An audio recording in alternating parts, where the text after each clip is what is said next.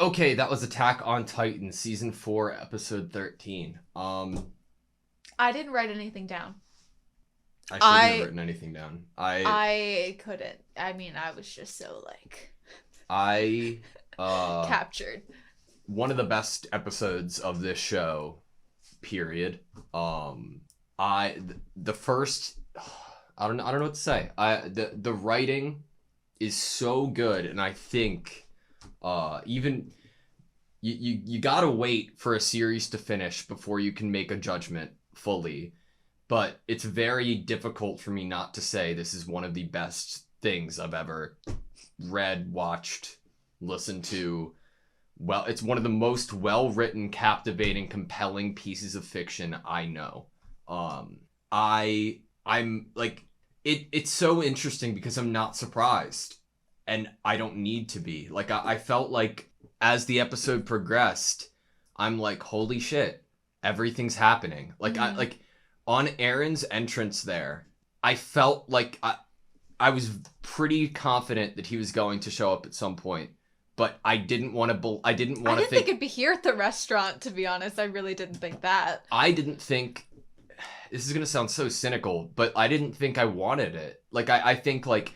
I was waiting for this show to fuck up. I was waiting for this episode to go to take its foot off the gas and be badly written, but I don't know why. Like, I'm just so used to it, or like expecting it almost, and I'm like, no, this is a dream scenario that would make this episode even better, but it's not gonna happen, and it happens, and everything from the wine very early on in the episode. Obviously, we got the Zeke information first for a reason. I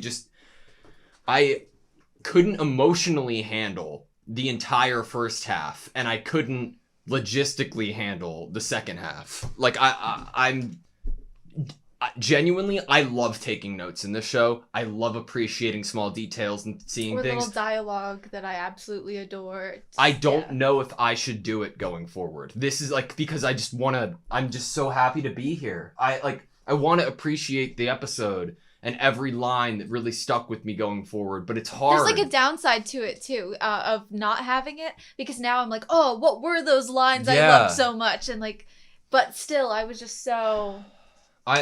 I think I did take... Oh. Okay. You just froze it on the screen of all of the villagers in Connie's village being changed, and you see the one that killed, that like Sasha fought, that was eating Kaya's mother. Like, if you look at any of my other episodes of Attack on Titan, I'll write like 4 to 5 pages of notes, basically. This, I wrote 1.5, and I still feel like I wrote too much. But I'm glad that I wrote what I did, because I think one of my favorite moments in this show was Mr. Browse's speech. And the world is a forest is something I don't think I'm ever going to forget, along with the adults should shoulder the sin. Mm-hmm. And they have to be the ones that end the cycle. And what have I been saying about Gabby as a character, of why she frustrates me so much, is because she's a child that is showing that the cycle is continuing. Dude. And that's why it's so sad and frustrating to me. And that she was there, and the reason for the speech and those lines were because of her and her presence.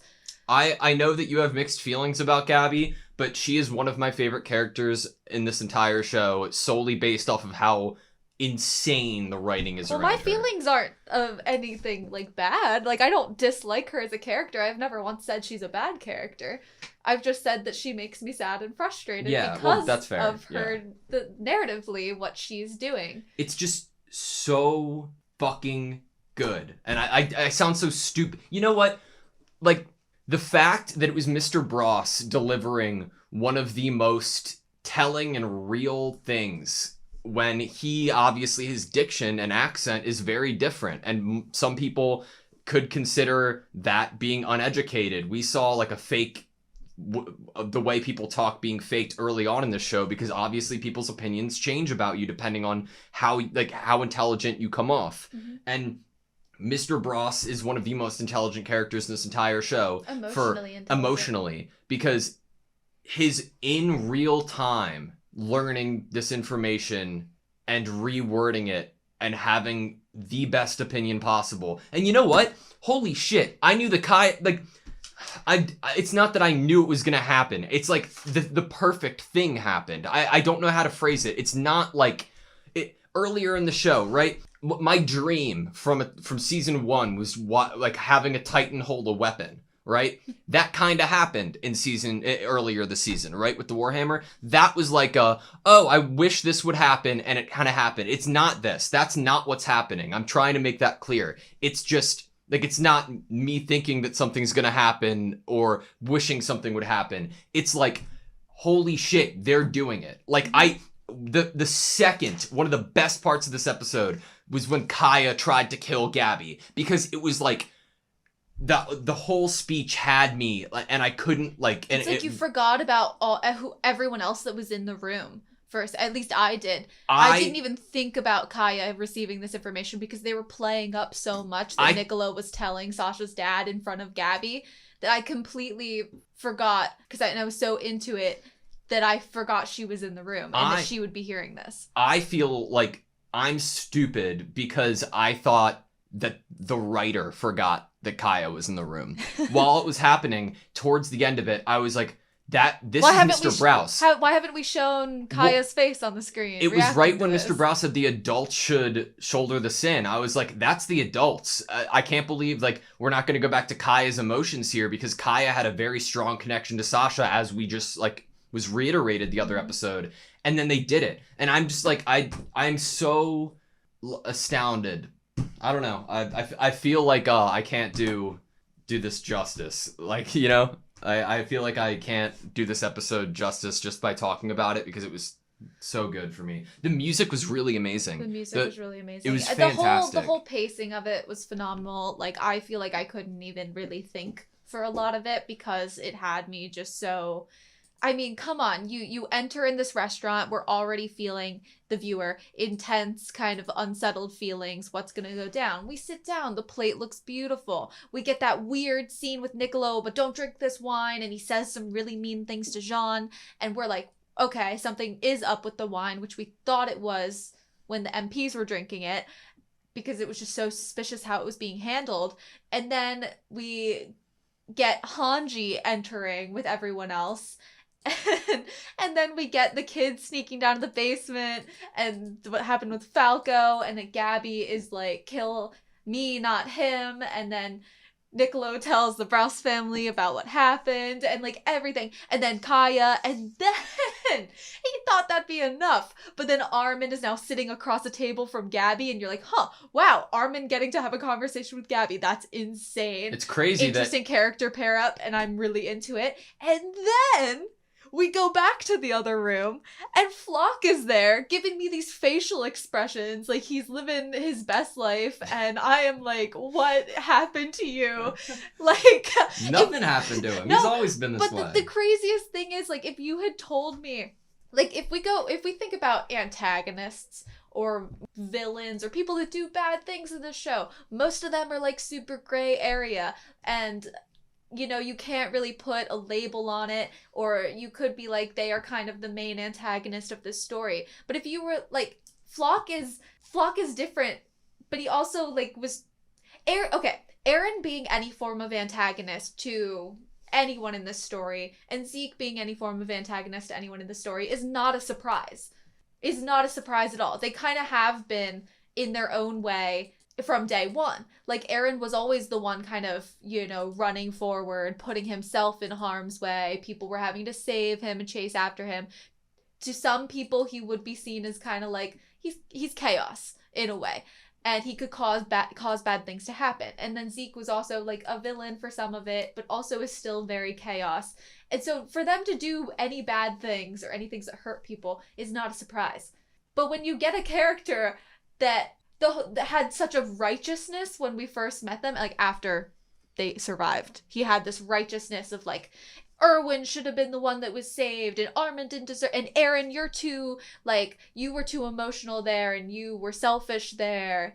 And then to go from like that Flock that we knew then that was like a terrified boy that was like, what did I sign up for, to starting to like voice his opinions of being like, that wasn't the right decision, and then to turn into this like really dedicated like into wanting the best for this island and its people in what he viewed as the best, and so gung-ho. And he literally, in my mind, what he saw from Erwin before Erwin died, he felt probably after that he needed someone to fill that spot for him, because that it was such a monumental like spot that happened in that like perfect charge moment. Exactly. And he needed someone to fill that spot, and Armin didn't do it, and he was like, Armin doesn't deserve it. But I guess Aaron has filled that spot for him, and the facial expressions from Flock, They were amazing, and I want to look at them again. But you're very right with Flock, because Flock, in a lot of ways, because one of my memories of Flock is saying, well, if we're gonna go to our death anyway, it doesn't matter if we flee, right? Mm-hmm. And Erwin was like, yep. Flock didn't necessarily... Flock questioned Erwin. Flock questioned the idea, questioned the plan. They weren't backed into a corner. They were backed into a corner and then tied up, bound wrists and feet, and then blindfolded, and then like put in like a bucket full of cement. And then Erwin still thought of a way out. And it still ended up with at least Flock's survival, and at least Levi's survival, and at least Aaron's and Hanji's, and like, of course, that was the realization he needed to say, the world needs somebody this crazy. The world needs a devil like this. Somebody to come up with a crazy ass idea like, let's just charge at the orangutan throwing us rocks with our good boy horses. No, like, nobody's gonna think of that. We need a devil like that, and that's what Aaron's become. It's like Flock's wet dream. It's like Flock's perfect envision of an embodiment of a person right in front of him. It's so compelling. I also just what it makes me also think of is, if Historia really was all powerful right now, I feel like things with Aaron and how they treated him and how they would choose to follow him and Zeke's plan would go differently if there weren't these other higher up government officials that seem to have still more control, even though Historia is technically queen. It doesn't really seem like she is like all powerful, can make all of the decisions. Yeah. She's shown more as a figurehead, and I'm like, and is being thought of, at least in some of the older scenes we've seen, as like she's being used as to further the Eldian kind of just the history of it and the powers of it, and not that she should actually be the one making the decisions for the place she lives. And I feel like in Flock's like dream world, like Aaron and Historia would be partnered together against everyone else. Like, if he wants someone crazy and he wants a devil on Earth, like Historia has already proclaimed to us basically that she is willing to be the most hated girl in the world. Yeah. And I think Aaron is willing to be the most hated boy in the world. And they wouldn't be in the situation they are of it, such a division, if Historia had, in my mind, like some amount of like actual real power. It seems that she's. Do you think Historia knows? That way. Why'd she get pregnant? Is she in on this? Does she know? Are those higher officials, do they not treat her well or treat her with respect like she actually is? I mean, think about how they talked. That one guy, Rogue, talked about her when he was drinking that wine that now we know is like some silly juice. And the way he talked about her, I think, shows a reflection of like all of these. Well, there was all, I think, men at the table, but I think there's women in the government too, like Hanji. But like all of these officials kind of still don't talk about her like she deserves their respect. I think Nile Doc was across the table from him, and it was like, hey, she's your queen. Like, talk about her with some respect. And I think that's interesting, that like the government still isn't steady and everyone's not still playing on the same team, like friends, and in any agreement whatsoever. Like, they're not even all in support of their queen. Well, okay. I'm thinking, does Historia... Okay, so how the situation is. Historia, we know as a character who would put herself and her life on the line in order to help out for the greater cause. That was what her suggestion at being this sacrifice was, you know, at the table. But when it comes down to it right now, with how those, what was the term used for the people in charge? The MPs. Yeah. The MPs, right? Like the people on top, the people getting poisoned, those are the people who make the scouts' decisions. Those are the people who are in charge of what is Eldia now, Paradis, Paradis. If those are the people in charge and they rule that, okay, Historia offered herself up, we're gonna kill her, we're gonna do this, we're gonna do that, then the scouts, Armin, Mikasa, Eren, they go along with that. They have to. They don't have a choice. So what does that mean for Eren? Does that mean that Eren is going to agree with that when he's the one who stood up at the table and said, no, I'm going to find another way? And is this that other way? I remember the face that Historia made when Eren stood up and said that? Like, Historia had agreed, and then when Eren stood up for her, it was like she had like a sigh of relief of like, someone is really wants to try to find some other way than just sacrificing me or making me do something. I don't know. Okay, so when I'm thinking about the original plan and like Historia agreeing to it, all that is that's not shouldering the sin. That's continuing it. No, so there would have to be another way. There would have to be an idea to go along with the ideology that Mr. Browse preaches, and it's something that like the writing for Gabby to put her bloodied on the floor, hurt, devastated, overloading with information, and then hearing what this person has to say, there's not a single person on Earth who has the right to be, or on whatever planet this is, who has the right to be pissed, vengeful, and mean. And he's not doing it. He's still thinking about what it will take for the world, what the world needs to do to make sure this does not happen to another person. He thinks like Armin. I think if we were to like categorize the characters, emotional. There's some that are in this category of we don't want. Why is it always kill this, kill that, just unending cycle, which is similar to all of the former royal people that had the founding titan and what they believed. And then the people that are like, well, yeah, that's all fine and dandy and it'd be nice if it was over, but we're about to get attacked, you know? And then there's like the people that are like, revenge! And it's like, those are the three categories. Yeah. It's almost like people that want to have the benefit of the doubt, people that are more realistic of it. Oh, well, I mean, we're about to get attacked, so we should probably prepare ourselves. And then the people that are like so fixated on their emotions and how what has happened has made them feel, and they need some release from that. And the only release that they feel like they can get is through furthering the actions. God, this is so good. Because we had like an Armin line later in the episode about like kill this, kill that, and that I'm sure we're gonna get to like on where you can read the text in, because I'd love to, because I think you're right with the comparison, and just the idea of just tired of like that's the default. You're defaulting kill, like that's fucked. But a couple things that I want to talk about.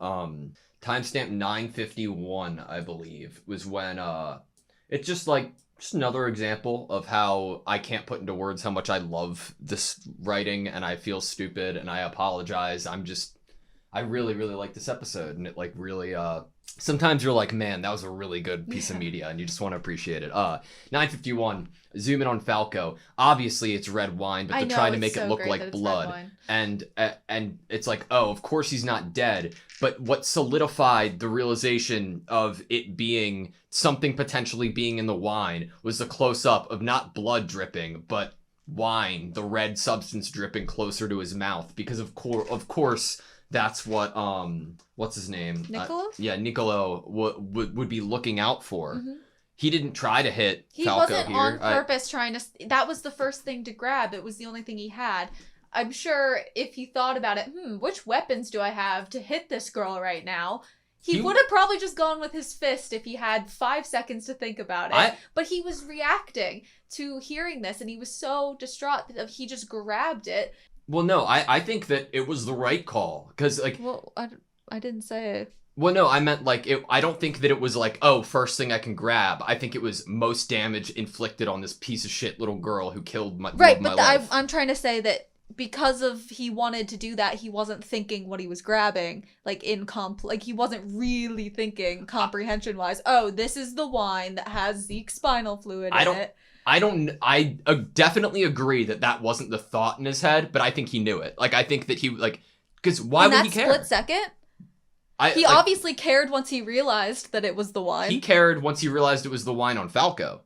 He didn't give. Did it matter that it was Falco? Yeah, because I thought it was just the fact that the wine was going to go into someone's mouth. Well, and it's not I don't think he would have wanted that wine to go in Falco's mouth. But he was willing to kill Falco. He had a knife to his neck. After the fact. Yeah, but. And then he tried to save him. I'm just saying, like, I think he full intent wanted to kill Gabby there in any way and have her experience the worst life possible, which would have been potentially getting turned into a Titan or being killed and hit in the bottle right there. Obviously, he has a knife to them later, too. Yes. But I just thought it was really interesting. And then we get some great lines from Nicolo at 11:21, I think, that it starts his talking about Sasha, and some of the dialogue is just so good. Like some of the word choice in particular. I cared about someone too. An Eldian, spawn of the devil, throwing your words right back at you. One who loved my cooking more than anyone. And then she saved me from this shitty ass war. Nobody wants to be in this position. Nobody wants to be killing each other for the most part. She taught me that I like making people happy with food. And that's the line that got me. And it makes you think back to the little, like, face that he made right as she was, like, crying, eating his food. It was like, that was the moment that, like, She's the girl you stole from me. The girl you stole from me, yeah. Oh, I don't know. Like, Sasha's, it's so interesting because the death of Sasha, like, I'm hurting worse from it right now than when I saw her die. I just want to thank the mangaka, because if you're gonna kill, as an author, if you're going to kill a character that is been followed for seasons and well loved, it is one of the best things ever that you continue to show them appreciation in non-overkill ways, but ways that feel true to the characters you've painted and the narrative you painted, to continue to show appreciation or mention of that character for the viewer is one of the best experiences. And I think that, like, yes, Erwin is still talked about and remembered, but Sasha is being given so much love and attention that it makes me incredibly happy, because we've watched actions of her and her since she was a kid. And we've seen her go from this. She was one of the main examples of super innocent, childlike wonder, comedic, and for her to be the one that is now a device. Her death is a device now of reiterating that this is a horrible cycle that is happening. And kill and kill and kill doesn't necessarily mean that the people you're killing are horrible people or aren't loved by somebody. And it's like Sasha is the device to show the complexities of war. I think that's the perfect way to put it. I think that, can you imagine doing a character more justice in their death than how they've treated Sasha's death? It's been amazing. It's phenomenal.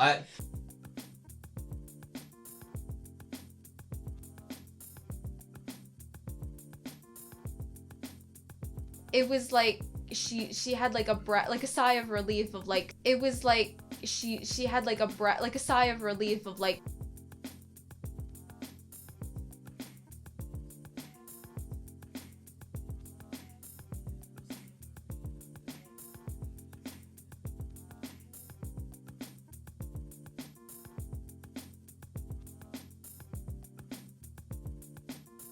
like a sigh of relief.